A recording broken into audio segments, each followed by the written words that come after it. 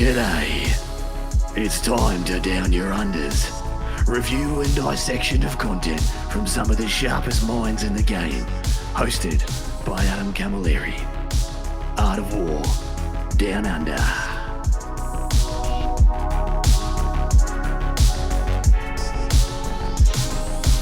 G'day everyone and welcome to another beautiful episode of Art of War Down Under, that being episode 244.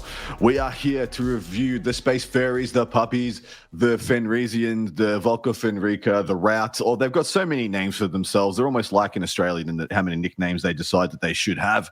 And sometimes they can be quite infuriating, especially when, unlike orcs, they decide to just all howl in unison on the tabletop, etc., etc.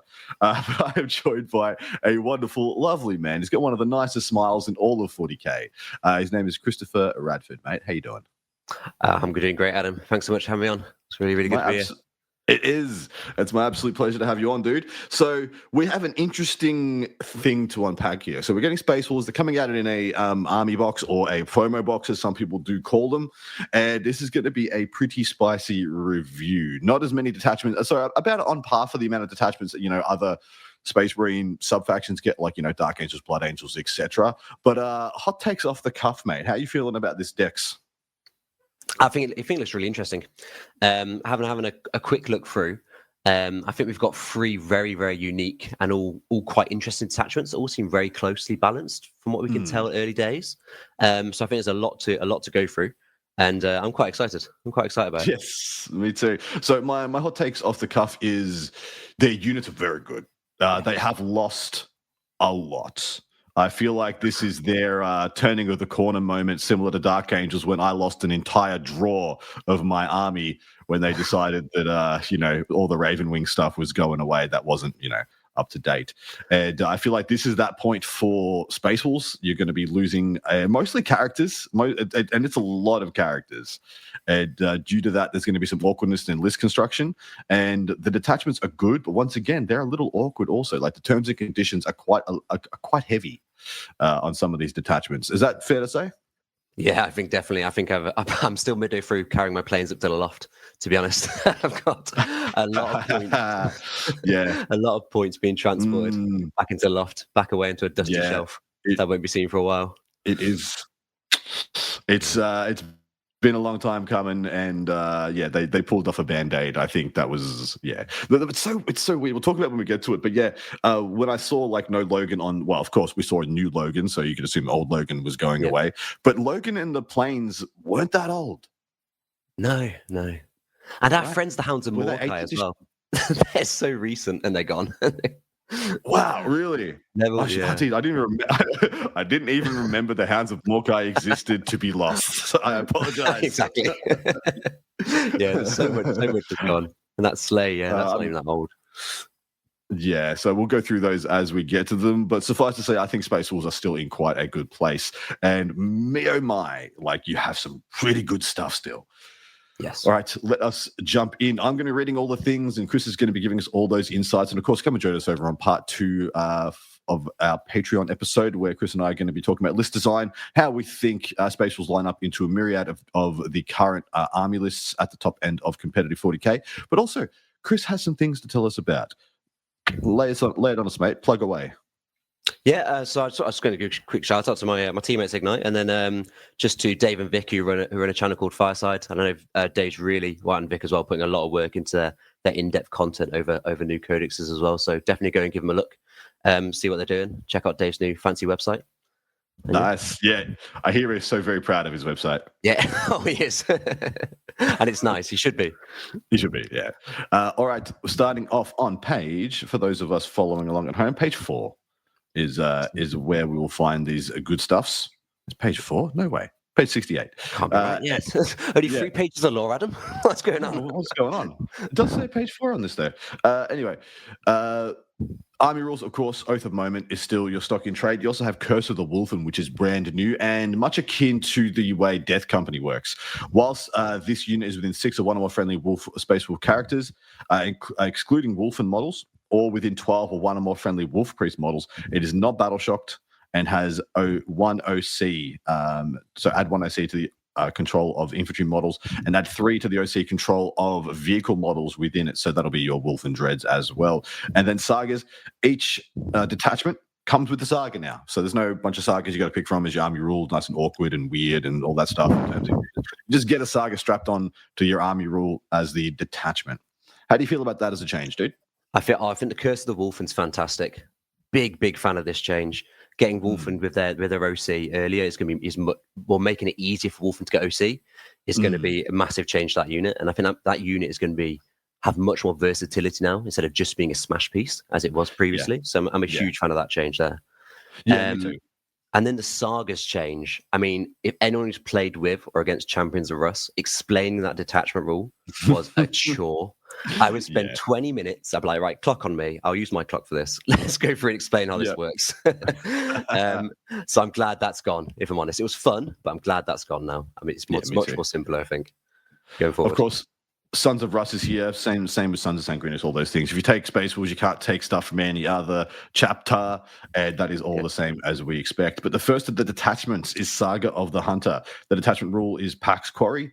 Each time a model in a Space Wolves unit from your army makes a melee attack that targets an enemy unit, if the enemy unit is within engagement range of one or more other Adeptus Astartes units from your army, or if the attacking unit contains more models than the enemy unit, +1 to hit. If your saga is completed, you also get +1 to wound. Now, at the start of the first battle round, your quarry tally is 0. Each time an Adeptus Astartes unit from your army fights, after all those attacks have been resolved, add 1 to your quarry tally for each enemy unit destroyed by those attacks. Once your quarry tally is equal to or greater than the number shown in the table below, depending on battle size, which is 3 for Strike Force, you will complete your saga. So having +1 to hit as a melee buff, with just having 2 units in combat with the same unit and or outnumbering them, and then having +1 to wound as an army buff, seems pretty good. It seems off the cuff. You think that's incredibly powerful, and I think there's one thing to note though. Just say each time I spawn a Space Wolf unit. So this is a bit of a first example where it is a little bit limiting. So it's only going to be stuff in this codex, not any of the normal Space Marine codex, that's going to get this buff. I think. But straight away, +1 to hit, +1 to wound. That's gonna be strong. Yes, exactly right. And of course, if that is the case, your army is literally scouts plus stuff in this book. You're not going to mess around with anything else. But I am quite a fan of this one. But this one behooves you to take max units of Blood Claws, which you can take 20 of, and or things of that ilk, and or go very hard into the MSU style. So you just have multiple units to throw into every combat. But all right, Swift Hunter is the first of the enhancements, and of course we do have points in the back of the book for the enhancements, but they're of course this is a FOMO box release, so points come with a grain of salt. We have no idea how old these points are, so we're going to choose to dodge them and just give you the opinions of the words on the sheet. But Swift Hunter is the first of the enhancements, and I'm going to give us the 4-pack of enhancements, mate, and you tell us which are the bangers and which you think is takeable in order of priority. Space Wolf model only. Models in the Bearers unit have Scout 7. Oh boy, that can't be bad. Fenrisian Grit, Adeptus Astartes model only. The Bearer has the Feel No Pain 4+ ability. Wolf Master is the next one. Space Wolves model only. In your command phase, select 1 friendly Space Wolves unit within 9 of the Bearer. Until the start of your next command phase, Teeth and Claws and Tarnak and Fenrir weapons, extra attack weapons, have lethal hits. So that'll be all your Thundercav attacks, your Fenrisian Wolf attacks, and Logan's Puppies attacks. And then Feral Rage is the last one. Add 1 of the attack characteristic of melee weapons equipped by the Bearer, and each time the Bearer ends a charge move until the end of the turn, add an additional 1 to the attack's characteristic. So +1 attack and then +2 attacks on the charge. How do you feel about that pack of enhancements, mate? And what do you rate? I think definitely at Swift Hunters, that's strong, isn't it? Scout 7, that's 100%. Every time you're having that. So, forgive me if I'm wrong, Blood Claws have advanced charge on their data sheet, right? They do. And now you can windmill slam 20 of them with Scout 7 advanced charge, so you can just send it. Yeah, absolutely. Right? That's absolutely fantastic. You're scouting 7, you're moving 7, so 14 off the bat, 3d6 with your advance and your charge. You can get some nice turn 1 charges off there. So that's an auto include that one into a big pack of Blood Claws, which fits their Saga of the Hunter really well as well. I think then the second one, I think you got Fenrisian Grit, the 4 Feel No Pain. Now that's Adeptus Astartes model, so I think that means you can go on a Gravis Captain. Yeah, so that's where I think it finds its best home. Yeah, definitely. So half damage for Gravis Captain before it feeling a pain. That's going to make one chunky boy to get through. So I think that's a nice one as well. Fenrisian Grit. And then you got Wolfmaster to me. Now tell me if I'm wrong, Adam. This looks like garbage, I think. Absolute hottest of garbage. Yeah. So do not bother. Yeah, just don't waste your time. Even if it's 10 points, just don't waste your time on that one. And Feral Rage that's your one if you've got a couple of points left over, 10, 15 points left over, slam it on a captain, slam it on a battle leader. So a decent one, just your average sort of enhancement. Yeah, totally fine. Yeah. But I think those top two, Swift Hunter and Fenrisian Grit, I think they're solid. Absolutely. All right, into the strats. First up, 1 CP, Envelop and its Snare. It's in the fight phase. 1 Space Force unit, excluding monsters and vehicles from your army that has not been selected to fight this phase. Until the end of the phase, each time a model in your unit makes a piling or consolidation move, it can move 6 instead of 3. When doing so, it does not have to end that move closer to the closest enemy model, provided it ends that move closer to the closest enemy unit. I did it. I don't know how you did that on my breath, mate. Jeez. That's impressive.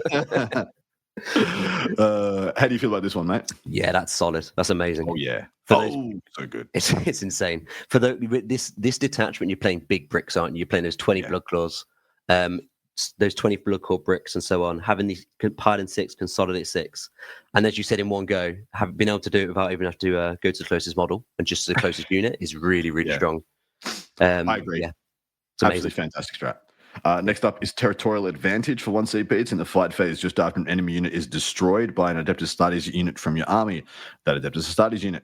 Select 1 objective marker you control that your unit is within range of. That objective marker remains under your control until your opponent's level of control is greater. So it's a fight phase. So you have to kill an enemy unit, and the unit that does the killing has to be on an objective, and then you get the stickier. So it's like a reverse World Eaters one, where World Eaters get killed on the objective and they mark it with their blood.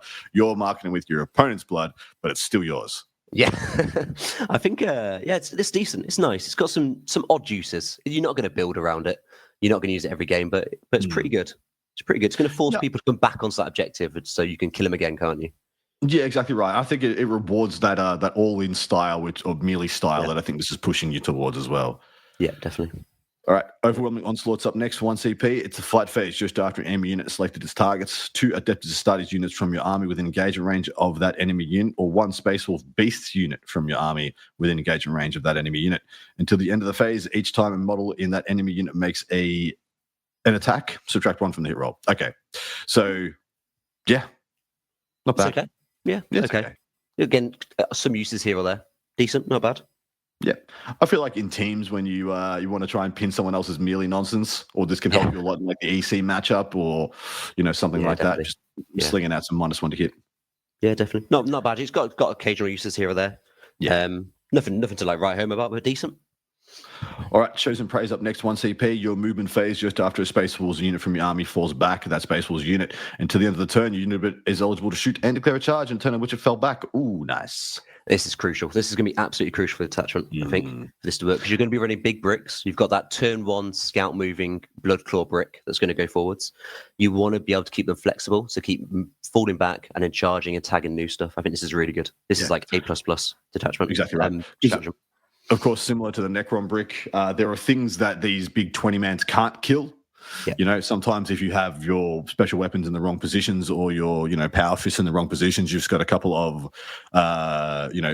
chainswords. Someone will tap them in the flank with a rhino or a Sagittar or something like that, and you'll be like, drat, I'm going to be stuck here for a little bit. But no, you're not. You're either going to pile in 6 with the 1 CP and get your special weapons into them, or you're just going to be like, I really don't care. I'm going to fall back and charge anyway. Yeah, you fall back close to their home.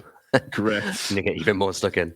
Yeah, Correct. It's a good one. Bounding Advance is next, 1 CP, your movement phase or your charge phase. 1 Space Wolves Infantry or Space Wolves Beast unit from your army that has not been selected to move or declare a charge this phase.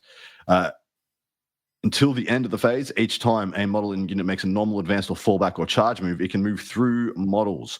When doing so, it can move within engagement range of any models, but unless it makes a charge move, it cannot end that move within engagement range of any models. This is key, I think. Yeah. Can move through. When do you move through?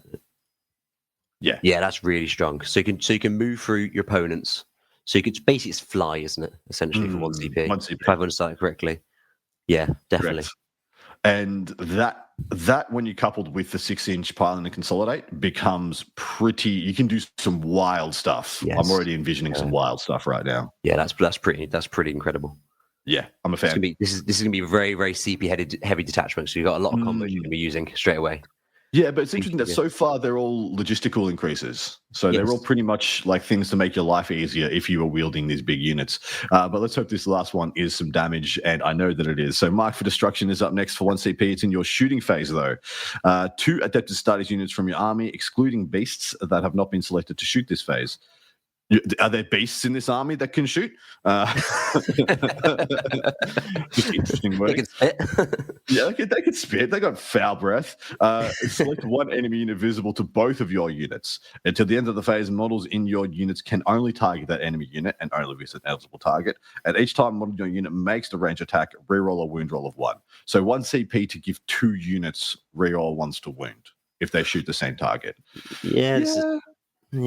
Bit rubbish. Bit pants. It is. I was hoping for better. Yeah. In fact, in my head, I remembered this as being better. Yeah.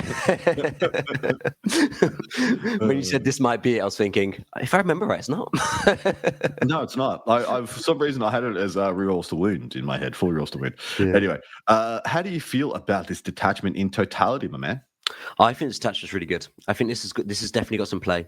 I think the sort of play style it's going to lead to is kind of obvious. Big bricks of blood claws, wolfen potentially, and then swamping your opponent down, just completely blocking them up, tagging them up while you score loads of points.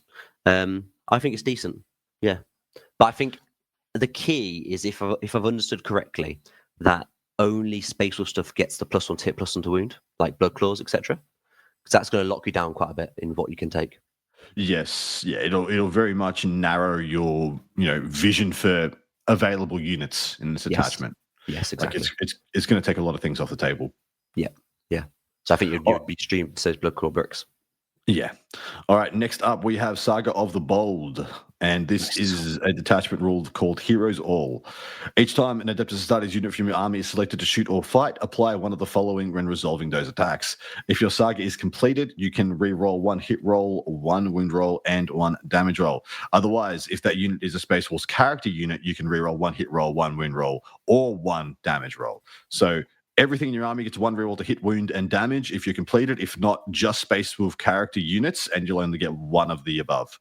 Yeah. And then the Saga of the Bold, each time a Space Wolf character unit from your army does one of the following, that unit activates that boast. Once 3 or more different boasts have been achieved by units from your army, your saga is completed. So this is all about characters with attached units, of course. And those 4 boast options is your hide as a trophy. That unit destroys your Oath of Moment target, which is a thing you're going to do every turn because you're not putting an oath on a thing you can't kill. It's a waste of oath. And then next one is that unit destroys your Oath of Moment. That unit destroys your Oath of Moment target, and that is the second Oath of Moment target destroyed by that unit in this battle. The next one is at the end of either player's turn, that unit is wholly within your opponent's deployment zone. And then the last one is from the second banner out onwards, at the end of your command phase, that unit is within range of an objective marker you control that is not within your deployment zone. So I feel like 2 of those are going to be achieved very quickly. Just forget about them, to be honest. They're going to happen. Yeah, they're just going to happen. A unit with a character is holding an objective. That isn't your home objective. Sweet, tick. You killed the thing that you oathed. Yeah, tick, you did that every turn. And then second, turn 2, you killed the second unit that you oathed. Yeah. Or, whatever. The one getting into your opponent's DZ, it comes up later into the game. Your opponent can't stop you from doing that pretty reasonably, I guess. Yeah. I think that's the one that's going to be pretty hard to do, definitely. And I think if you've achieved the one which gives you hold an objective that's outside your deployment zone, then going on and killing a second unit is going to be pretty much done. You're going to be able to do that unless they ran away from you, in which if running away, you've won already. So fine. Yeah. So I think they're by turn 2, turn 3 at the latest. This is done, I believe. Yeah. Pretty much. How do you feel about the bonus? So, working to try and get every unit in your army one reroll to hit and wound and damage. Because I don't think it's that impactful. I think the buy-in for this detachment is much more the stratagems. Yeah, 100%. There's a couple key strats that we're coming to, and I imagine we've probably got the same ones in mind. We're about to get to, but I think the detachment bonus of the 3 is the worst one, definitely.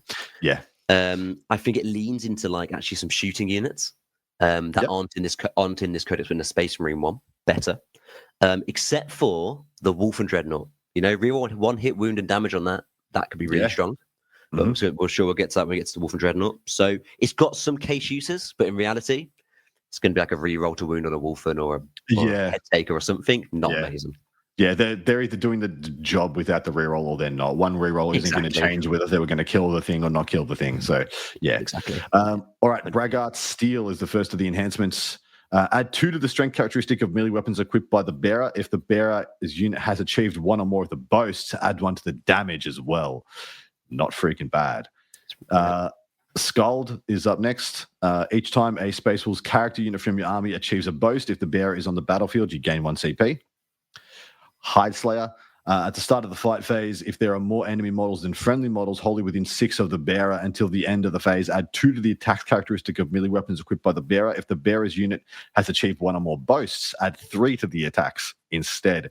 And then lastly, the first time the bearer is destroyed, remove it from play, and then at the end, you get back up on death on a 2+ with 3 wounds remaining. Oh my lord, those are some good enhancements. But all good for, buffing yourself, right? There's no force multipliers here. It's just like, I am a better character with this. Yeah, 100%. I think there's reasons to take all of these, and I think all 4 are going to see play. Can see play definitely. Really, really strong. Just so if I understand correctly, if you've done a boast with one character, can another character do the same boast? So does that? Because that would change how easy it is to do some of these, isn't it? So let me just read that again. So each time a Space Wolves character unit from your army does one of the following, that unit achieves a boast. Once 3 or more different boasts have been achieved by units in your army, your saga is completed. So I think you can. Yeah, so you just have one character, you sit him on an objective outside deployment zone, and he just farms a CP every turn. Or you kill your oath target, he gets a CP. That's Crazy wild. Strong. Really good. That is very good, and would remove the need to take one of my favorite things in this book, Bjorn. So don't do that. Take Bjorn. Yeah, exactly. Put Bjorn away. I'll take him to the loft. No, not the loft. But yeah, this is fantastic. 2+ get back up on death. +2 attacks if you're outnumbered. +3 if you've done a boast. +2 strength and +1 damage on the same one. I'm a big fan. I think you're taking 3 enhancements in this book, this attachment. Completely agree. 100%. Yeah. Definitely. All right. Very, very powerful. Into the strats. Inspiring Presence for 1 CP. It's a fight phase. 1 Adeptus Astartes character unit from your army that has not been selected to fight this phase. Until the end of the phase, melee weapons equipped by models in your unit have lethal hits. 1 CP lethals. Not bad, yeah? Yeah, very good. Very, very good. Lovely. Champion's Guidance is 1 CP also. Your shooting phase or the fight phase, 1 Space Wolves character unit from your army that's not been selected to shoot or fight until the end of the phase. Each time a model in your unit makes an attack, you can re-roll the hit roll. So you are 1 CP. For 1 CP, you are oath agnostic, I guess. Yeah. Yeah, really good. Very, very strong again. So those 2 CPs there, both buffing your damage. Very, very powerful. Putting on characters, which hurts a little bit for the trading. Like your 5 JPIs can't run out and use these. Which just hurt a little bit, but still decent. Still very good. But I guess that means that's where your oath goes, right? Your oath can actually be used as a utility piece to assist in like median units punching up. And then you have the CP to just make sure your big beefy character units just don't whiff. Yeah, absolutely. Which I like. I like that balance, I guess. Next up, Birth of a Saga for 1 CP, your command phase. 1 Wolfguard Head Taker or Wolfguard Terminator Pack Leader model from your army. Until the start of your next command phase, your model has the character keyword, Designer's Note. While in effect, your model's unit is therefore a character unit, meaning it can interact with the hero's all rules, and in addition to any other rules that interact with a character unit. Now, I like that they've got this, but I've yet to find like a case point where I think this is really good. I think so. I think so the same. I think your head takers, you're always going to have a character in there anyway, aren't you? Yeah. It'd be very rare to run them solo. I think because you've got some good characters can go in there. And then the Terminators, same thing. Maybe might use that occasionally, but I don't think that was going to be used too much. I think we got better strats.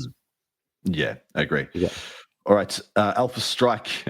they have a strat called Alpha Strike. Yeah. 1 CP, your charge phase. 1 Adeptus Astartes character unit from your army. Until the end of the phase, a unit is eligible to declare a charge in a turn in which it advanced. Oof, love to see it. That's the money. There we go. Perfect. That's what you need. Really, that's massive. That's what you're looking for with these combat armies. Once you see advance and charge army wide, it changes the army completely. Wonderful. The next 2 strats are 2 CP. The first one is Heroic Resolve. Your opponent's shooting phase just after an enemy unit has selected its targets. 1 Space Wolf character unit from your army that was chosen. Until the end of the phase, each time an attack is allocated to a model in your unit, -1 from the damage. Yeah, nice. Yeah, that's again really good use. Massive use there. If you've got like a Space Wolf character, I'm thinking inside like a block of 10 Terminators, 4 wounds, -1 to wound, which we'll come to, and then -1 damage as well. Going to give you that bit of a survivability on the objective in the open. Well, yeah, you get. Well, that is a Deathwing Knight. Yeah, basically. Yeah, it is a Deathwing Knight. Yeah, wow. Okay, yeah, fair. Deathwing Knight, but the army's actually got insanely good damage as well and speed. Yeah, a lot faster. Shit. Yeah. And the last one is Countercharge for 2 CP. And I love that they put this in here because Countercharge has been the identity of Space Wolves forever. Yeah. This is my bread and butter, this is, mate. Yeah. This is 2 CP also. It's end of your opponent's charge phase. 1 Adeptus Astartes character unit from your army that is within 6 or 1 or more enemy units and would be eligible to declare a charge against 1 or more of those enemy units if it were your charge phase. Your unit now declares a charge that targets only 1 of those enemy units, and you can resolve that charge as if it was your charge phase. Note that even if this charge is successful, your unit does not receive any charge bonus. But oh my God, that's going to mess with some plans. That is absolutely insane. And honestly, if anyone is listening to this and you've played Space Wars in 9th edition, which I hope you did, and you had, what's it called, the Armor of Russ and the Heroic Intervention, that combination, this is complete flashbacks to that. And that thing was insane. It defined the army, how it played. So I think this stratagem is probably my favorite, if stratagem there is. Really, and this is what we meant. This is exactly what we meant when we said this is the detachment with the strats. Not only the strats, but the enhancements as well, because it's got 4 out of 4 takeable enhancements, and it's got 6 out of 6 usable strats. Actually, sorry, Birth of a Saga, where you make a sergeant essentially a character, is probably the least useful, but the other 5 are legit windmill slams. You'd use them as many times as you freaking could, as you can afford. I couldn't agree more. They're absolutely incredible, and the enhancements are good. The strats are some of the best suite of strats I've seen in a detachment for a while. I think this is going to be a very, very strong detachment. A little bit shame the detachment rule is a bit weak. You're kind of paying that price. You don't really have much of a detachment rule compared to what else is in here, but still a very, very good detachment. Yeah. I am a big fan. In fact, it's probably my favorite of the detachments so far. Nice. Next up, we have Saga of the Beast Slayer. Legendary Slayers is the detachment rule, and each time an Adeptus Astartes model from your army makes an attack, if that attack targets a character, monster, or vehicle unit, if your saga is complete, the attack has lethal hits. And then at the start of the first battle round, your Beast Slayer tally is 0, and you determine your Beast Slayer target by halving the number of units from your opponent's army that have 1 or more of the following keywords rounded up: character, monster, and vehicle. Each time an Adeptus Astartes unit from your army shoots or fights, after all of those attacks have been resolved, add 1 to your Beast Slayer tally for each enemy unit with 1 or more of the following keywords destroyed by those attacks: character, monster, vehicle. Once your Beast Slayer tally is equal to or greater than your Beast Slayer target, your saga is completed. So essentially, once you kill half of the total of character, monsters, and vehicles in your opponent's army, you get your saga. What craps me about this one is that you actually have nothing until you kill half of them. So you don't have that attachment rule until they're half dead. Oh my God, yeah. That's quite sad, isn't it? Really? Oh, sorry. No, apologies. I am incorrect. Oh, if you target a character, monster, or vehicle, you still get it. Yeah. You still get your lethal hits. If your saga is completed, your whole army just gets lethal hits. Yes, that's Sorry, it. I read that incorrectly. I missed the comma. Very important, that little comma. It does seem like 2 paragraphs for what you summed up correctly in 1 sentence to explain it. But how do you feel about that one? Is that any good? Yeah, so I think as we go for the data sheets, I think one thing the army's got a lot of is strength 5, but not strength 6. Yep, fair. So I think adding lethal to anything you want your lethal against, characters and monsters and vehicles, is a big army-wide buff, and it's going to affect every single unit in the army. I think even in shooting as well, it's just an attack. So I think that's got definitely some play because it will overcome one of the potential problems we're going to have, that our army is basically all strength 5 and nothing above that unless except for characters. So I think it's decent. I actually think this is the second best. Yeah, probably slightly worse than Hunter, but still a very good one. Yeah. I agree. I still think this is relatively good for the sole purpose that if you look at combined regiment for Astra Militarum and you're like, well, that's good. So this can't be bad. Yeah, exactly that. Yeah. All right. The pack of enhancements comes thus. So Wolf Touched is up first. Add 2 to the move characteristic of the bearer. In the declare battle formation step, the bearer can be attached to Wolfen or Wolfen with Storm Shields. And that pretty much tells you that Wolfen have been split out into 2 units. This means that the Space Wolf's character will move as quick as the Wolfen rather than being the thing that slows them down, which is good. Hunter's Guile is up next. Astartes model only. After both players have deployed their army, select up to 3 Thunderwolf, Cavalry, Wolfen, and or Bloodclaws units from your army and redeploy them. When doing so, put them in strat reserve with all the usual terms and conditions.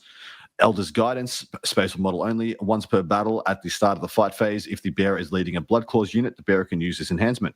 If it does, until the end of the phase, improve the arm penetration characteristic of melee weapons equipped by models in that unit by 1. So once per game, +1 AP on a Bloodclaws unit. Not bad. And then lastly, Helm of the Beast Slayer. Each time an attack made by a character, monster, or vehicle model targets the bearer, reduce the arm penetration characteristic of that attack by 1. So perma AOC, so perma armor contempt on that character, but only when it's targeted, not its unit, and it has to be by a character, monster, or vehicle. How do you feel about this pack? Again, I think these are some decent enhancements. It's hard to look amazing when you've just read out the enhancements from the last attachment. So not quite on that sort of standard. But 3 redeploys on Wolf and Cavalry and Bloodclaws, that's solid. You know, if that comes out at cheapish points, I think that's going to be an auto take. That's always awkward for your opponents, like shooting, trying to get angles, and you just move away before you start the game.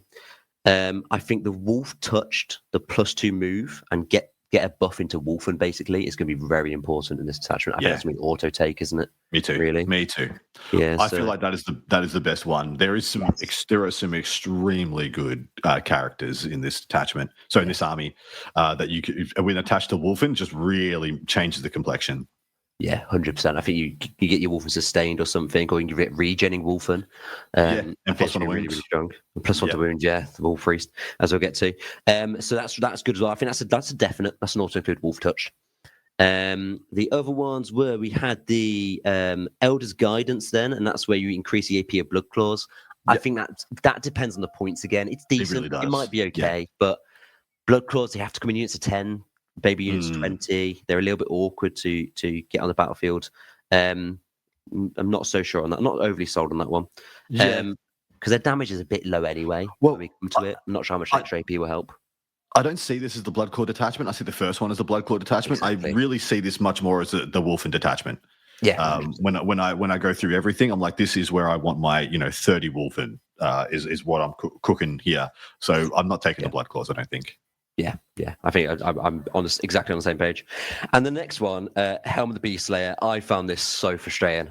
And I toyed with this for about half an hour when I first read it. And I was like, how do you make best use of this thing? Because it sounds insane per AOC. Because I think straight away, I want to put on some Terminators.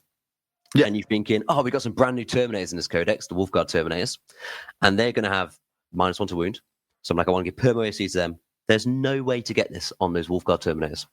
Yeah, it's insanely frustrating. And I was incorrect, by the way, when I said it was only for the character. So each time an attack made by a character, monster, or vehicle model targets the bearer's unit, reduce the penetration by 1. There is no generic Terminator character, so there is no way to get this on a 2+ save unit. No, it's very, very sad. You can stick it on like a I don't know, Terminator Ancient, like from the Space Marine Codex, because it says Depths as a starting model. and then you could put it on their Terminators. But their Terminators, in Space Marine Codex are they're rubbish. They're awful. Don't look at them. Yeah, well, we're gonna have to wait and hope that they change it in such a way that you can attach generic characters to this unit, because then I think we are cooking. Like Terminators in this detachment, you would just take like 5, slap them in your opponent's backfield, and be like, "This is a problem. Figure it out." Absolutely, and I think, especially when we get to like talk about Logan, turn on deep strikes with that unit with AOC, per AOC, it could be really, really strong. So that's one to watch for, I think. But at the moment, I just don't think you'll use it at the moment. Fair. All right, into the strats. Unbridled Ferocity for 1 CP. It's the fight phase. 1 Space Wolves unit from your army that has not been selected to fight this phase. Until the end of the phase, each time a model unit makes an attack, add 1 to the wound roll. 1 CP plus 1 to wound. Oh my. That's another flashback to 9th edition. It's insane. It's incredible. So good. You're going to use that every turn. Every freaking turn. All right, next up, Shock Cav. 1 CP, your movement phase or the charge phase. 1 Thunderwolf Cav unit from your army that has not been selected to move or charge this phase.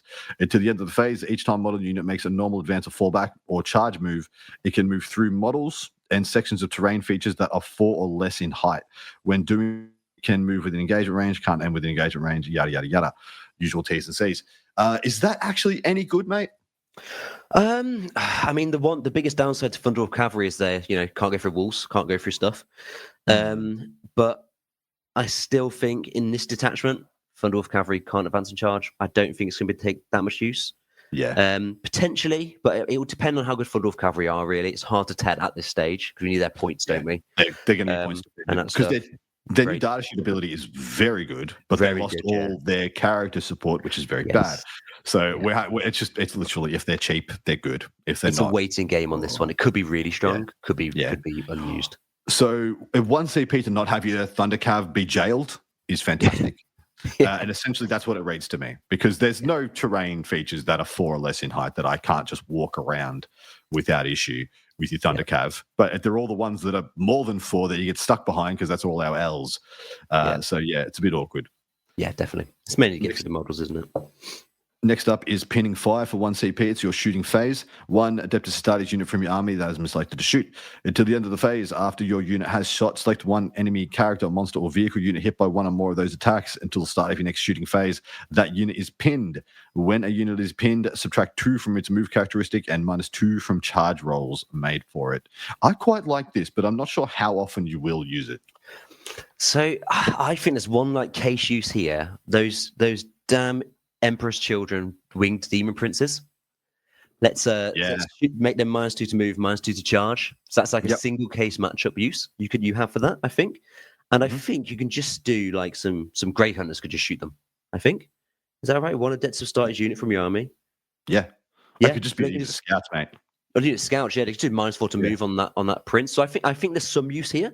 Not much, but there's some use definitely. Yeah, and it's going to be very. CP. Yeah, exactly right. It's going to be very face up when this is a strat that's usable in that matchup. I'm thinking Creations of Bile. I'm thinking Emperor's Children. I'm thinking Death Guard as well. It's actually very nice versus Death Guard. Cool. They made a 6-inch charge with their Death Shroud, and you're like, well, let's not let that happen again. Pop. And just pop them with Pinning Fire and run away, and they're never going to catch you. Yeah. So not bad. You know what? The more I think about this one, I think this is going to be really good. You're dead right. Yeah, Pinning Fire. I take that back. It's a good strat. Good strat, baby. We're on. Next up is Thunderous Pursuit for 1 CP. Your opponent's movement phase just after an enemy unit ends a normal advance or fallback move. 1 Adeptus Astartes unit from your army that is within 9 of that enemy unit and not within engagement range of any other units. Your unit can make a normal move of up to D6. If your unit has the Space Wolves Infantry or Thunderwolf Cavalry keywords, it can make a normal move of flat 6 instead. Very good. Insanely good. Yeah, it's absolutely incredibly good. React to moving 6 inches is one of the best strategies, and a flat 6 as well for your Space Wolf stuff, the stuff you want to take, is incredibly good. Get back in transports. It's really good, really, really strong. Yeah. Jump through a wall, flip another objective, reach even deeper into your opponent's army. I'm a huge fan of this strat. I think this might be the build around. Yeah, 100%. Yeah. Well, this one and the +1 to wound, obviously. These two, you just every turn, every single turn. Yeah, very, very next strong. up is Impetuosity. So 1 CP, your opponent's shooting phase just after an enemy unit has selected its targets.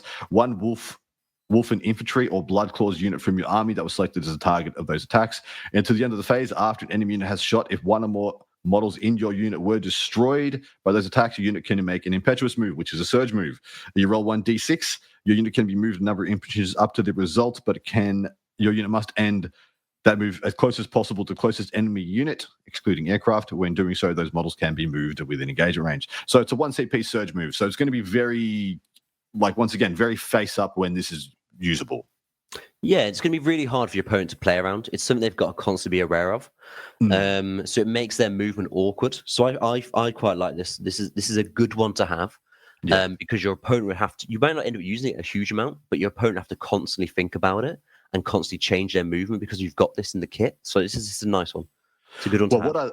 What I love is how this works with the previous one, with the reactive move. So you've sent your Wolfen right into your opponent's meat of the army. You've charged, killed something, tapped a bunch of stuff. They have to shoot you. They fall back as far as they can with units available to them, and then you 1 CP reactive move and get right 1 inch away from a bunch of different units, and you'd be like, well, if you shoot me, you're back exactly where I am. And I think it's sick how these two work together. Yeah, absolutely. This is really, really strong.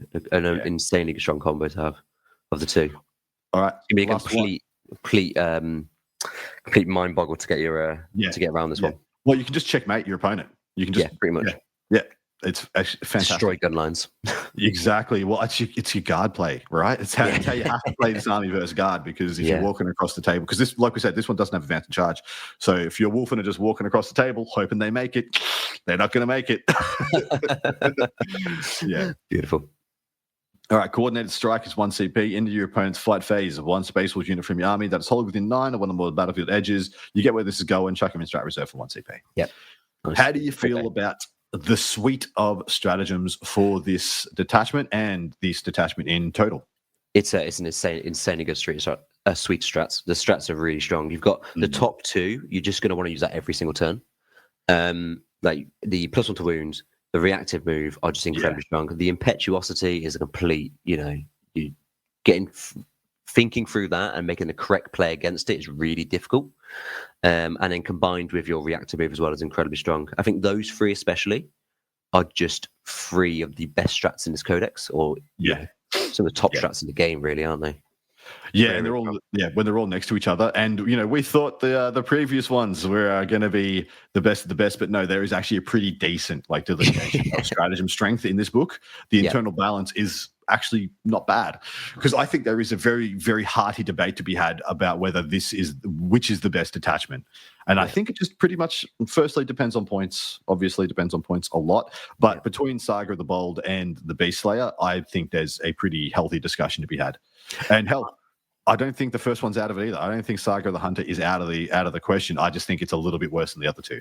I completely agree. I think we're on the completely same page. I think the first one just doesn't have the advance and charge, which the second one has. And then those 3 stratagems we just talked about in the Beast Slayer, I think that pushes those 2 ahead of Saga of the Hunter. But it's a really well balanced codex internally, and I think that's a really good sign for the codex going forward across months and years, which is a great sign. I'm excited. I'm really, really happy with them myself. Me too. All right, jumping on into some of the data sheets. So let's talk about what is gone. Anything that was mounted and had the character keyword is gone. Yeah. Logan on Slay, gone. All the Thunderwolf battle leaders, Wolf Lords, all gone. What else is gone? Oh, we've lost the planes, haven't we? We've lost Stormfang gunship. I can't remember what the other player was called. Stormfang gunship and the other gunship are gone. We've lost loads of characters. We lost Crom, Dragon Gaze. He was a beast. Harold favorite characters. Harold Deathwolf is gone. Canis Rex is gone. Yep. What's he called? The Lone Bloodclaw starts with an L. Lucas Trickster.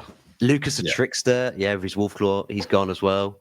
Loads of characters. Loads of characters. And look, you had too many characters. It was wild how many more characters than units your army had. You had Thunderwolf cards, Bloodclaws, Longfangs, Grey Hunters, and then 99 characters. And so many of them are so bad. It's untakeable Yeah. nonsense. Completely. And then, like, every now and then, some WTC savant would sit down and find some special little source, case niche matchup that this one character broke, and they try and make you convince Space Wolves are crazy. All right.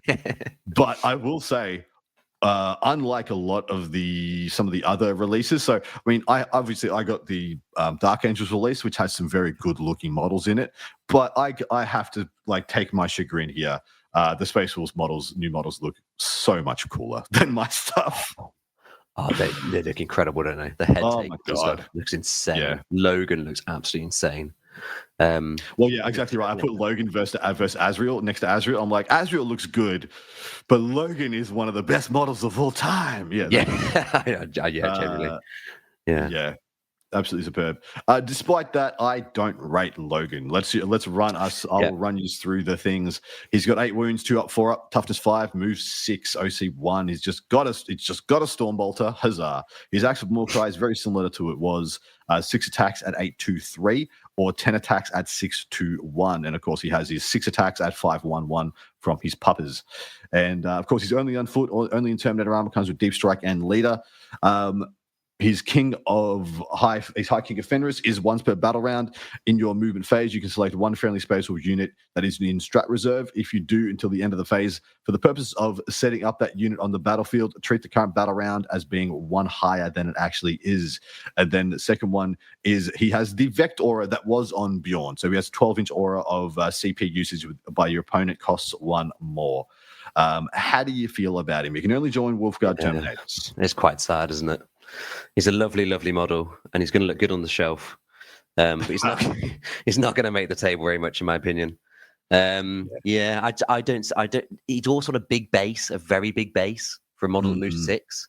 So I don't see him getting a huge amount of use. If I'm honest, the ability's good to put something turn 1 deep strike, but then what are you going to turn 1 deep strike? And there's no bonuses to charge it that I can remember, or there might be that I've missed, but. Yeah, I don't see a huge amount of use for him. I don't think he hits particularly hard. His Vector is good, but I don't think you'll see much play. Yeah, in this book, he actually doesn't hit that hard. You can make some generic characters that hit considerably harder than him, and I think that's a little disappointing. Like the fact that his Axe of Mordecai doesn't come with a lethal, sustained, or dev, or any keyword whatsoever is a little lackluster to me. And just strength 8, that's a bit sad. Strength 8, he's a bit more. It's Logan Grimner. It's huge. Yeah. It's a big freaking axe, mate. It's a huge axe. Exactly. Nigel is here. He's got movement 7, toughness 4, 3 up, 4 up, 4 wounds, OC 1. He's got a bolt pistol and living lightning, which is his Witchfire. So it's sustained hits 2 on the regular profile, which is D6 shots at 7-1-1, or he can go to 2D6 shots with sustained hits 2, but risks hazardous at the same 7-1-1. And then in combat, he's got 4 attacks at 7-1-D3, can be attached to Blood Claws, Grey Hunters, and Wolfguard head takers. His abilities are, while this model is leading a unit, range weapons equipped on models in that unit have assault, and each time that unit advances, do not make an advance roll, instead auto advance 6. In your shooting phase, after this model has shot, select one enemy unit, excluding a monster or vehicle, that was hit by one or more of those attacks made with a living lightning. Until the end of the turn, the enemy unit is storm racked. And you better point at your opponent when you do say that and tell them that they're storm racked. And they subtract 6 inches from the range of ranged weapons equipped by the unit to a minimum of 12. So you can't destroy their torrent weapons and avoid overwatches, unfortunately, unless they've got 18-inch torrent weapons, in which case, you can use that on your opponent's Land Raider Redeemer, I guess. Yeah, that'd be the dream. How do you feel on Master down to 12 inches? Yes. That's a nice one. Yeah, I guess. How do you feel about old Nigel?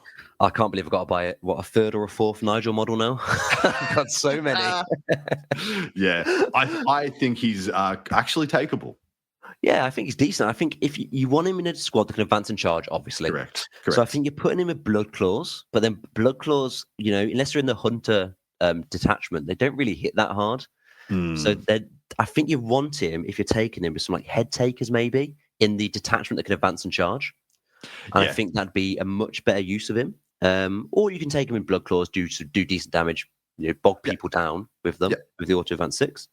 But yeah, he's okay. He's got some nice uses. Yeah, my first instinct was head takers in an impulsor. And Yes, exactly. slant with it in one of the advance and charge options. And then, they're just getting out and sending. Ulrich the Slayer, who I absolutely rate. I think he's very good. Movement 7, toughness 4, 3 up, 4 up, 4 wounds. He's got a plasma pistol, who gives a crap. And Artificer Crozius, which is anti-monster, anti-vehicle 4+, at 6/2/2 with 5 attacks. Can be attached to Bloodclaws, Grey Hunters, and Head Takers. Feel No Pain 6+, a leader, of course. At the start of the battle, select one of the following keywords to be this model's Slayer Oath, character, monster, or vehicle. The first time this model's unit destroys a unit with this model's Slayer Oath keyword, if your detachment rule has a saga until the end of the battle, this model receives the benefits of that detachment rule as if the saga had been completed. And then, whilst this model is leading a unit, each time a model unit makes a melee attack, add 1 to the hit roll. If that attack targets a unit that has the Slayer Oath keyword, add, whatever you chose as your Slayer Oath keyword, add 1 to the wound roll as well. So he just gives +1 to hit all the time, and then +1 to wound against character, monster, or vehicle. And in addition, he will give them the benefits of the saga, even if it hasn't been completed. How do you feel about him? Yeah, he's an absolute beast. I took him in before this book almost every time, and I'm definitely going to be taking him again. Pretty much, I think he's close to auto include, or very close to it. I think he's insanely strong. +1 to hit, +1 to wound against a certain archetype is very, very powerful, and even getting his own little saga as well. I think he's going to make a unit of again, a unit of Head Takers probably. Hit incredibly strong, and I think the +1 to wound is very important attachment, isn't it? Yeah. Well, you're playing against Custodes, right? Every relevant Custody unit has a character attached. Yeah. And so you just pick character. And then this guy just has +1 to hit, +1 to wound, and you absolutely dunk him.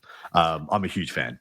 Yeah, I think anything that this guy can't kill, him and Head Takers can't kill, is going to be character, monster, or vehicle, isn't it? So you're going to get this every time. It's really, really powerful. Exactly. Yeah, spot on. I was about to say that. They don't need the buff against like 80% of the units in your opponent's army. Yeah. And the things they do need the buff against are the things you're going to be able to choose. So it's actually perfect. Yeah, fantastic. I think he's really good. All right, Bjorn is here, and he is pretty similar. Doesn't have his half damage anymore. He has -1 to wound if strength is higher. And he has just give you +1 CP if he's on the table with his 5 up, feel no pain, toughness 9, 2 up, 4 up, 8 wounds, 3 OC. And I think the range and melee profiles are pretty much the same. Yeah, I think, Hellfrost Cannon's now strength 10. That's got +1 strength, which is actually a decent buff. It is. That Hellfrost Cannon is AP 3 and strength and damage 5. So, not bad, that gives you a bit of like a lottery cannon there.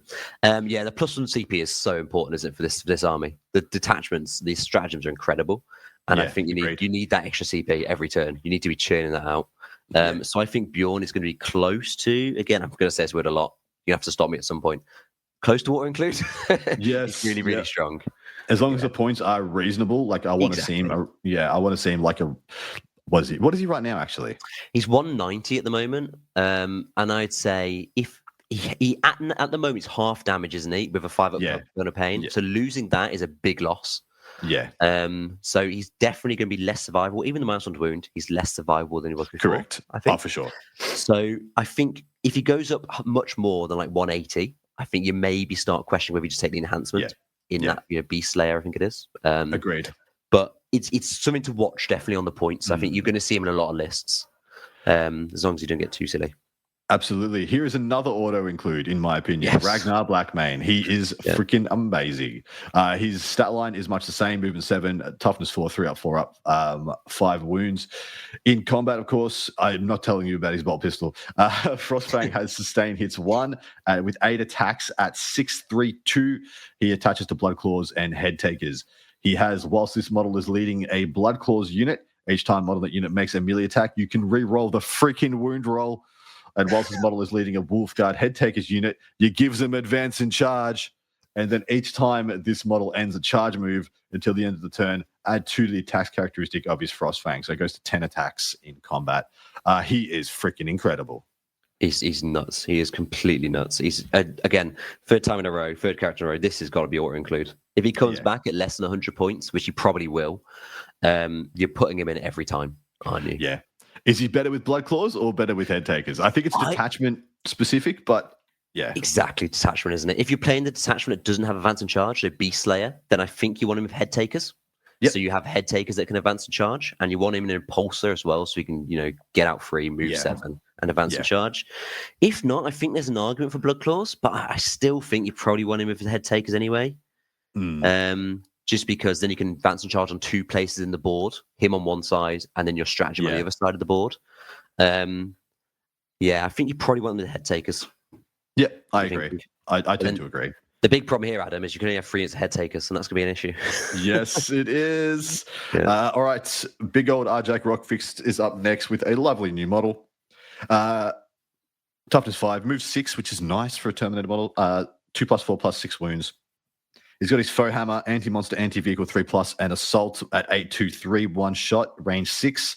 And then in combat, it is 823 also with 5 attacks with all the same stuff plus precision, which is not too bad. Whilst this model leading a unit, each time a model in that unit is destroyed by a melee attack, you have 4+ fight on death. And each time this model makes an melee attack that targets a character unit, you can reroll the hit roll and you can reroll the wound roll. So 4+ fight on death to him and the unit. Yeah. And then rerolls to hit and wound for him specifically versus characters with his precision as well is quite nice. So he will just precision out whatever you want most of the time. He'll threaten a baton. How do you feel about our old AJ? I think Arjak, he's locked to Wolfguard Terminators, isn't he? So I think, given the amount of characters that we've seen have been really good already, I don't think you're going to see this guy too much, unfortunately. Even though he does throw a hammer at people, which is freaking cool, I don't think you'll see him too much. He will live and die by the tech ability of the Terminators. If the Terminators are overcosted or not worth it, he's just never going to see play. 100%, This one will, Wolf Priest, which I think is one of the best generic Space Marine characters in the freaking game now. It has essentially a movement 7 chaplain stat line. It's got an Acrosius, it's got an Absolver Bolt pistol, but whilst this model is leading a unit, in your command phase, you can return 1 destroyed model, excluding characters, to that unit. And whilst this model is leading a unit, each time model unit makes a melee attack, +1 to wound, just giving you +1 to wound and regenning a model. And there's a freaking thing that lets him get +2 move and join Wolfen. So you're regenning your Wolfen, you're moving 7 inches, 9 inches with the whole shebang, possibly advance and charging, and getting +1 to wound. This guy is fan-freaking-tastic. Like, you compare him to the other chaplains, like, there was Blood Angel 1 and so on. Best in the game. By far. He's really good. He's got the +1 to him just standard, but regenning a model, I think in this army, is really, really important. Yeah. Really, really important. To me, he's the new Harmacist. Yeah, we're gonna retake the Harmacist back because no one's really taken the Apothecary Biologist that much anymore. So we're gonna give it to the Wolf Priest. Yeah, I think this is really good.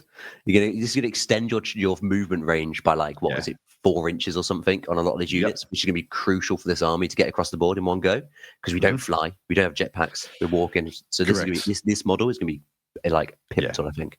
I don't think there's a bad choice for the unit to take him in. I don't particularly rate Grey Hunters, unfortunately, but Blood Claws, head takers, or take him in the detachment, let him attach to Wolfen, and he's incredible. Yeah, I think so as well. I think maybe Blood Claws, regen models, standard objective that's not hidden. That could be a benefit. Yeah, I think. Yeah. I heard Blood Claws are head takers. I think you're going to include probably 1, maybe 2 of these in an army, in most armies. Totally fair. All right, Iron Priest, one that you are quite high on, mate. So it is a movement 7 Tech Marine with a 2+ save, of course. Has the Hellfrost pistol, which is not too bad, actually, which is a D6 Strength 4 AP1 Flamer if you want, or 1 shot at 633 for focused. And the Tempest Hammer and Servo Arms is 4 attacks at 823 in combat. So of course, getting blown up within 3 of an Adeptus Astartes vehicle. In your command phase, you can select 1 friendly Adeptus Astartes vehicle within 3 of this model, regain D3 wounds. In addition, and this is where it gets spicy, ranged weapons equipped by models in the unit have rapid fire 1. And then lastly, each time this model makes an attack that targets an enemy unit within engager range of 1 or more friendly Adeptus Astartes vehicle, you can reroll the wound roll. That rapid fire 1. What a little thing they just slapped in there. It just makes this model completely different to any Tech Marine. Every Tech Marine is just inferior to the Iron Priest. I think this is like a model which you can build a whole army around this now. Design Priest, having 3 of them. I think you could. I mean, my teammate David Gaylord is already calling it Wolfstorm. Yep. He's excited about it. It fits. Yeah, definitely. You take Gladiator Lancers, which have 2 shots, 72-inch range. You give them rapid fire 1 at 36-inch range. They've got 3 shots. There is no vehicle surviving that. Yeah, correct. You put it on a Predator Annihilator, and that thing goes from 4 shots. Sorry, 1, 2, 3. Yeah, 4 shots with a Hunter Killer to 8 shots. It's going to be very spicy. Very spicy. It doesn't create a play style which I'm a massive fan of because I want to get in combat and beat people up. But it's going to be strong. I think this could be like list defining. Really list defining. There is reasons to look into an Ironstorm-esque build. Yes. Literally because of this. And the fact that you can take an Ironstorm, Space Wolves Ironstorm with 3 of these priests. Yeah. And we're brewing. We're brewing, guys. But please, guys, if you're playing Space Wolf, just gotta get in combat.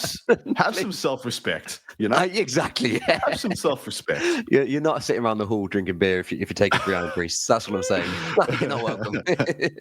All right. Wolfguard Battle Leader is up next. It is essentially a primary lieutenant with movement 7, has pretty much all the things you'd expect, Thunderhammer being the best of the bunch for the melee options, but of course still has Mastercraft power weapon and all those ranged profiles you could take. Can be attached to Blood Claws, Grey Hunters, and Head Takers. Whilst his model is leading a unit, weapons equipped by models in the unit have sustained hits 1. And each time model in that unit makes an attack that targets an enemy unit within 6, re-roll a hit roll of 1. So reroll once to hit within 6 and always having sus, so ranged or melee. And then if this model is destroyed by a melee attack, if it does not fought this phase, it fights on a 2+, so 2+ fight on death. And of course, it can take a Storm Shield to have 6 wounds. How do you feel about the Battle Leader? So again, I think a Battle Leader is going to combine really well with a couple of the units in the army. I think you're re-rolling hit was a 1, aren't you? So you're looking for stuff that hits on 2s.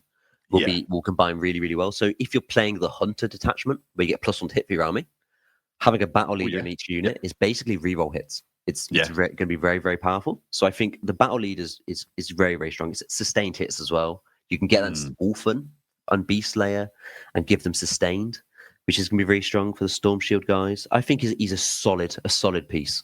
Yeah. Yep, I tend to agree. All right, into Blood Claws. They are an assault intercessor that has advance and charge on their data sheet, essentially, as far as I can see. What is cute is that for the longest time, Blood Claws hit on 4s. Yep. And now they just hit on 3s. So they just moved away from that. Did it hit on 3s before, I think? Yeah, maybe. I've paid attention to Blood Claws in a dang while, so you'll forgive me. Yeah. No worries, man. You'll be getting attacked by one soon. Next up, we have Grey Hunters, and of course, our Blood Claws come as 10 and can go to 20. Yeah. The Grey Hunters only come as 10. Now, where Grey Hunters, I think, set themselves apart and where they might get agency in the game, because I'm not super in love with them. They're OC3. Yes. Yeah, that's quite nice. It is. And so they always reroll once to wound. And if you're within range of an objective marker, they get 4 rerolls to wound. Now, each one comes with a bolt carbine, bolt pistol, and a chainsword. So you still have that old bolter chainsword configuration.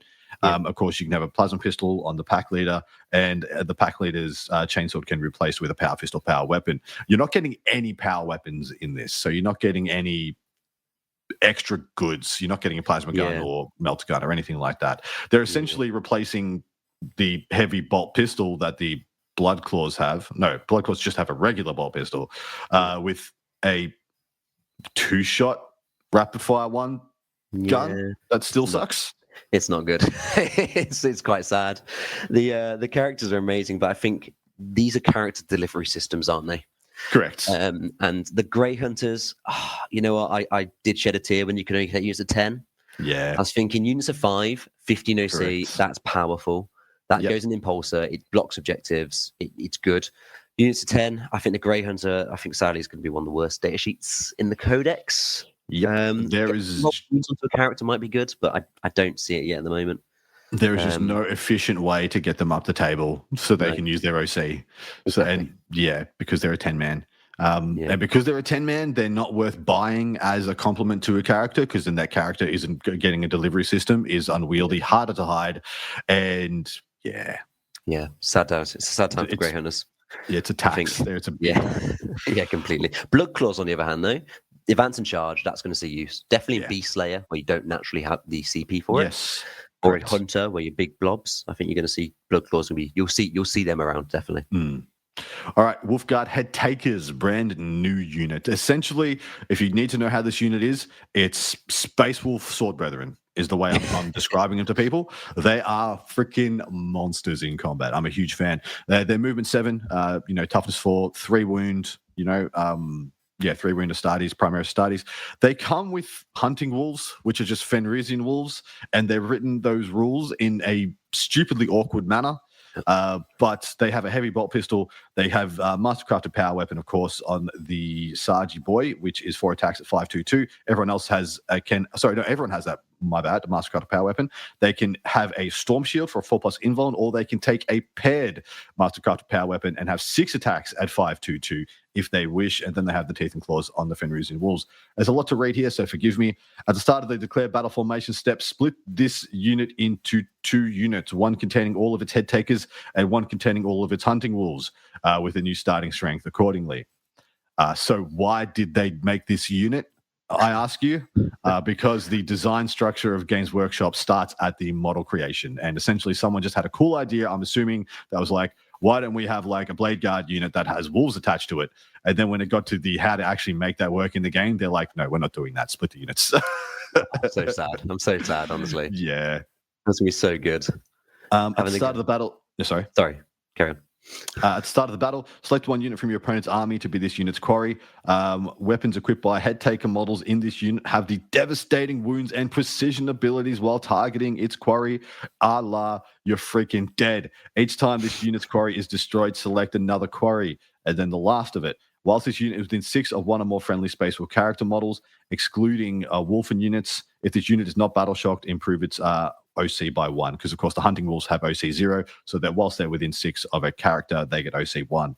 And it's a mouthful of a thing. How do you feel about this unit? I think this unit is absolutely fantastic. This is going to be a really, really strong unit. I think this is what you're going to put a lot of your characters in. I think, especially with the way I want to play the game with this unit, with this army, I think you're going to be taking 3 units of these. Most importantly about this unit is that it can go in a transport and it can go in an impulsor. And I think that's going to be the most vital part, because a lot of the other units can't go in transports, so it'll be a bit slower. So these guys have still got that speed, and they hit bloody hard as well. Oh my god, do they hit hard? Well, essentially, if you do it correctly, you have 3 units of this of head takers. Each one of them has +1 to wound, so the strength 5 is irrelevant. And then they could be wielding, 36 strength 5 AP 2 damage attacks. Yeah, it's pretty nuts. Yeah. And then whatever character with them as well. Yeah, exactly right. Whatever character they've got just gets that as well. And also, you can make that character get the... it's merely equipped by head taker units have Dev and Precision. Sorry, that's what I was trying to point out. Yeah. You won't give that to the characters, unfortunately. Oh, that's sad. Oh, I didn't realize that until now. Yeah. So it's specifically said weapons equipped by head taker models in a unit have Dev and Precision while targeting their quarry. I honestly shush for the best. Okay.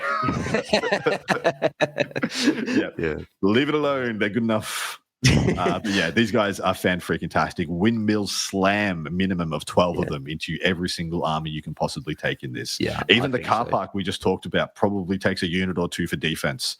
Yeah, I think so. Yeah. They're going to dig someone out of an L, which you can't get to. Correct. I think they'll play a really good role. I also think, and I know why they've done it, just frustrates the hell out of me, but they have the hunting wolves. I know we shouldn't look at the points, but the hunting wolves are cheap, and they have OC now, so they can do actions. So I think they're going to be a really good unit to take as well. I think you're going to want some to just run off and do containment or something in the corner, that sort of thing. It's weird. So the unit is 3 to 6 head takers and 0 to 6 hunting wolves. So you can choose not to take the hunting wolves. Then what was the point of making this unit in the first place? But I do think you can take. Well, does that mean you can take a single hunting wolf with your head takers? Are the points granular in the back of this book for the wolves? If I remember right, it's 0 to 3 0 to 3 wolves and 0 to 6. I believe it's in threes. Yeah. Sorry, it is. Yeah, it's three head takers and 0 hunting wolves, or it's 3 head takers and 3 hunting wolves, and the 3 hunting wolves will cost you 20 points on top. So we'd be really good back to the glory days of a single Fenrisian wolf running around. Yes, deep strikes. Yes, it was annoying.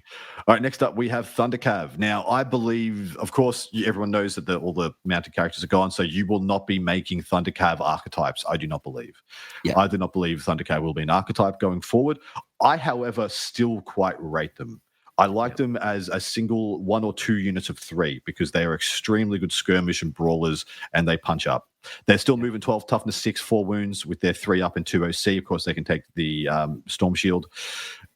They've got a Wolf Guard weapon now in combat, so they're 5/2/2 in combat.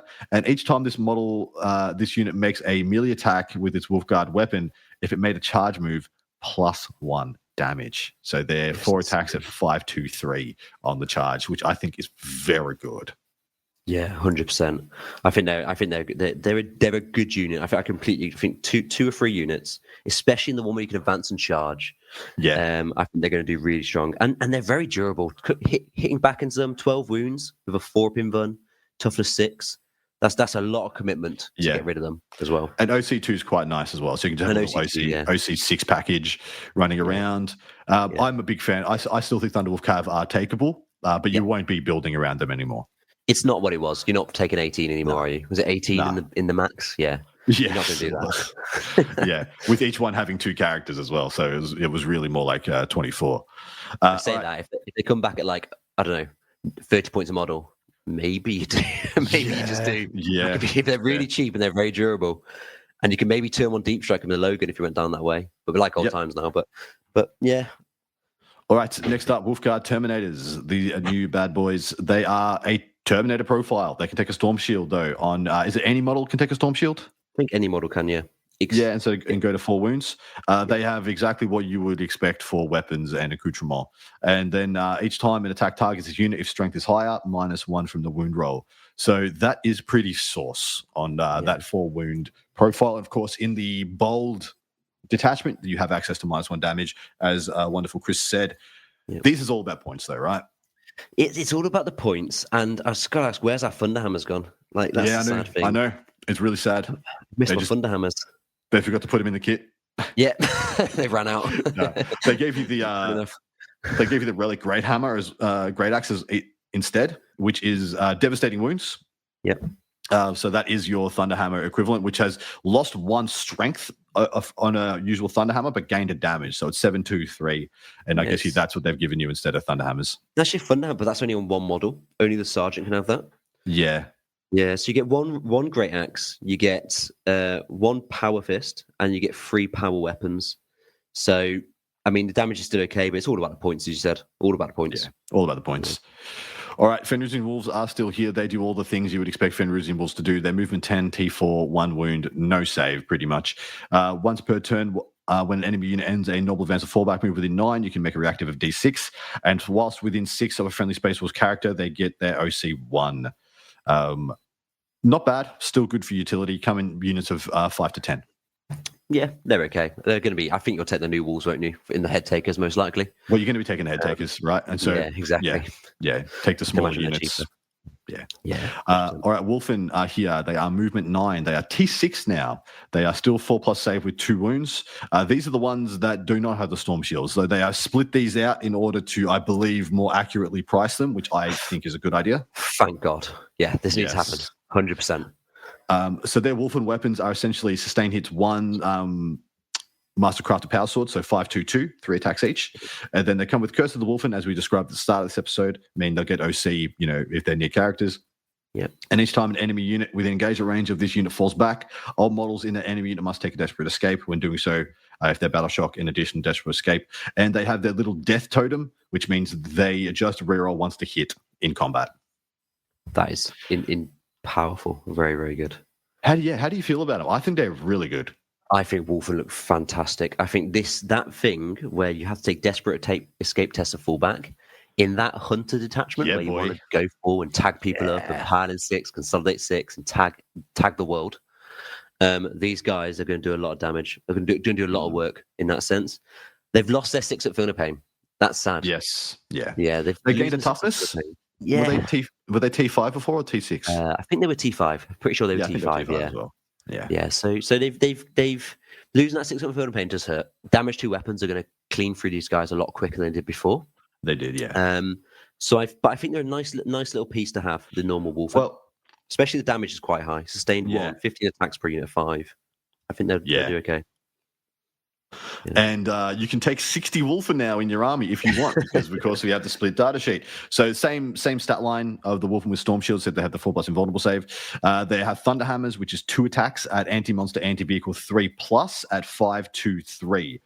This is it's so funny. They're called Thunder Hammer, and it's a very non-Thunder Hammer profile. So they couldn't just call them Wolfen Hammer or something. It's really. So anti-monster, anti-vehicle 3+, and 2 attacks at 5/2/3. But they do hit on 3s. Yeah, that's a weird one. Why they call it Thunder? I don't understand. I don't know. But free damage is back. Free damage is back. That's big.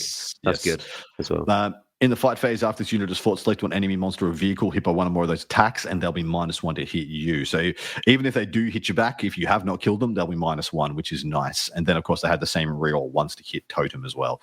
I think both of these data sheets are very takeable, but you definitely, non-Storm Shield Wolfen do need to be considerably cheaper. Yes, definitely. I think. Yeah, definitely. I think these are both really good units. Wolfen and Wolfen with Storm Shields.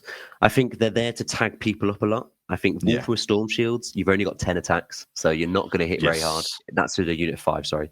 Is that right, Matt? Yeah, that's correct. 20 attacks with unit 10. You're not going to be consistently killing stuff there, especially big things with like a bit of high armor saves. And the small units of Wolfen, the ones with no Storm Shields, you're a bit susceptible to like Overwatch, like someone farts at you and you're going to put down an Overwatch. So you've got to take that into consideration. But they're good data sheets. They're decent data sheets, depending on their points. Decent data sheets. Yep, fair. All right, into Murder Fang, movement 9, T9, 2 up, 8 wounds. I'm not going to talk about his ranged weapons. Who cares? We're here for the munchy munch. He's got sustained hits 1 and twin linked with his 8 attacks at 14/2/3. They feel no pain 6+. In the fight phase, each time an attack targets a friendly Wolfen unit within 6 of this model. If a model in that unit is destroyed as a result of that attack, if the model has not fought, you get a 4+ fight on death, and you can reroll advance and charge rolls made for this model. So he's giving Wolfen within 6 a 4-up fight on death. But still not super keen on Murder Fang. I don't think he's very good either. No, I think he's going to again be popped quite easily. Fire a couple of last cans at him, he's going down. His abilities aren't particularly very good. They're very situational. I don't think you'll see much play with him. Yeah, fair. Wolfen Dread is up next, and I'm not going to bother telling you about the stat line. It's the same as Murder Fangs. And the weapons are pretty much the same. The Fenrisian Great Axe, however, is 6 attacks at 10 -2 D6 +1, or 12 attacks at 6/2/1. And the Great Wolf Claws are 10 -3 damage with 6 attacks also. Each Finno Pain 6+, and each time an enemy unit is selected to shoot, after that unit is shot, if this model has lost 1 or more wounds as a result of those attacks, this model can make a bestial rage move. To do so, roll 2d6 roll d6 adding 2 to the result. The model can be moved inches equal to the result, but must finish that move as close as possible to the closest enemy unit, and can be moved within engagement range. You can only make 1 of these per turn. If it's got 2 melee weapons, you get twin linked. How do you feel about that guy? Yeah, a D6 +2 blood surge. That's powerful. That's a 9-inch. That's essentially 9 inches of space around him. He could blood surge into. So this guy's got some play. I think this guy could. If he's points to come back at 120, 130 sort of range, maybe a little bit higher, I think you're going to see the Wolfen Dreadnought potentially, especially in the detachment where you can reroll 1 hit, 1 wound, 1 damage. Correct. That is going to be massive onto him. That's like an extra 2 attacks. It may as well be. It is. Really, really strong on that guy. I'm much more a fan of him over Murder Fang, which is hard to say. It annoys me. Yeah, I'll go stick a shield on my Murder Fang model. Next one is the Vendread. So they still keep their Vendread. This makes no sense to me that they keep their box noughts when everyone else's box nought has gone the way of the Dodo, and they got rid of the Flyer, Logan on Slay, all these things. Yeah, I don't know what made them. I don't understand. I'm not sad because I think these guys look awesome. And this was the model that turned me to Space Wolves, genuinely. Really? When I was looking for what Space Marines to play, I was like, Blood Angels or Space Wolves, and I saw this guy with an axe and shield, and I thought, it's that. That's sick. Yeah. That's the one, well, yeah. One key ability here, friendly Space Wolves units within 6 of this model, +1 advance, +1 charge aura. So, of course, it can still come with your 4+ invulnerable save, everything else. You know what this guy does. How do you feel about him? I think that +1 advance, +1 charge is okay. That's decent. +1 movement to your Ragnar and to if you're advancing and charging in that saga, the second one, the bold one. That's okay. +1 movement is quite big. That's turning a charge from a 7 to a 6, which is way more reliable. So he's got some play himself. He also, again, in the bold saga, his real 1 hit wound and 1 damage is very, very powerful on this guy in combat. He's got 5 attacks, 12, 2, 3. 7 attacks basically with this guy when he's in bold. And just a 2-up save, 9 toughness, 4-up invuln dreadnought. If he comes back at 130 points, you might see one of these guys like in the center of your army. Yeah, exactly right. I was thinking if you were taking the 2 or 3 units of 20 blood claws in the hunter detachment, you would take one of these. Yes, that's a good point. Yeah, you just would. All right, my man, that brings us to an end of this review. We've done it all top to bottom, read all the things, taken everything into account. Time to rate this bad boy. Out of 10, as a Space Wolves player, and on behalf of all Space Wolves players, because that definitely won't piss them off, how will you rate this book out of 10, my man? 10, mate. It's hard, isn't it? Oh, it's such a hard question. I need subcategories. I would go for an 8 myself. I think that's fair. Yeah. I think this is vastly superior to the last 2 Space Wolves codexes. Yeah. But see, you've lost so much. Like it's removing so much at the same time as adding so much internal balance. Yeah, I think we've always, especially recently for the last couple of years, we've always felt slightly weaker than Blood Angels. And I think there's now some tricks that Blood Angels don't have and we have, and there's definitely a lot of potential here. I think the 3 detachments feel very balanced, and I think you'll be able to argue for days and days about which is the best one. I think there'll be a huge amount of variety in the list being played. And I think if it wasn't for the Iron Priest being good, I'd go higher. I'm sad that the shooting guy is good, if that makes sense. It actually brings it down for me a little bit as because of how I want to play the game. Yeah, but interesting. Yeah, I'm going to give it 1 less. I'm going to give it a 7, just because of what they lost. Just because they lost so very many different things. So 7 out of 10 for me. As for strength and power, so of course we don't really have any knowledge of how this truly matches up into the meta at the moment, but if you were to put this into the competitive tier list, D tier up to S tier, where would you think the best players in the world playing the best Space Wolf lists could achieve? That's very, very early. I would say you're looking at A tier. If you're arguing for where it's going to be an A, I'd say low A initially. Yeah, fair. I think it's got big playing teams with that. Big playing teams. The jailing situation it could have. I think it has extremely good teams play. Yeah. And I keep coming. We're going to discuss this on part 2, but what is the best melee Marine now? It's going to be an interesting one. And we're going to discuss that at the micro and the macro. So, we will see. But anyway, that's going to wrap us up on this episode. Guys, come over and join us over on Patreon for that second part with myself and Chris. We're going to be talking about first press list archetypes. We might try making the core of a couple of different archetypes with the back of the book points and just seeing where things sit or where aroundabouts things might sit. And we're going to be talking about a bunch of different matchups as well and answering some Patreon questions. But Chris, dude, feel free to plug anything you'd like to plug again and say your good nights. Excellent. Thanks so much, mate. Having me on. I'm looking forward to part 2. It's really good just to go through it again and pick out a few things that I think I even missed going around the first time. So thanks so much for having me on. I will just plug Fireside again, just Vic and Dave and the work Dave's doing. And I'll be on Dave's channel on Fireside pretty soon, doing something very similar, going through some list archetypes and so on. So check those guys out as well. And thanks so much for having me and look forward to part 2. Easy done, mate. Thanks very much. Excellent. Take care, guys, and see you on the other side. Excellent.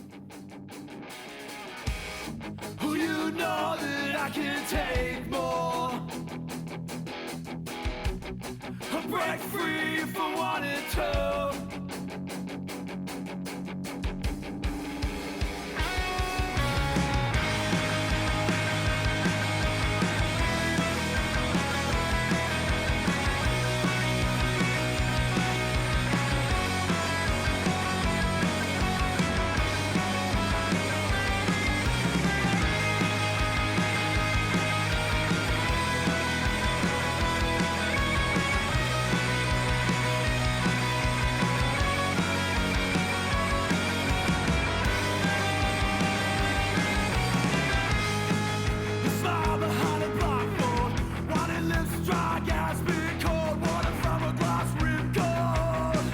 quite the ever yearning.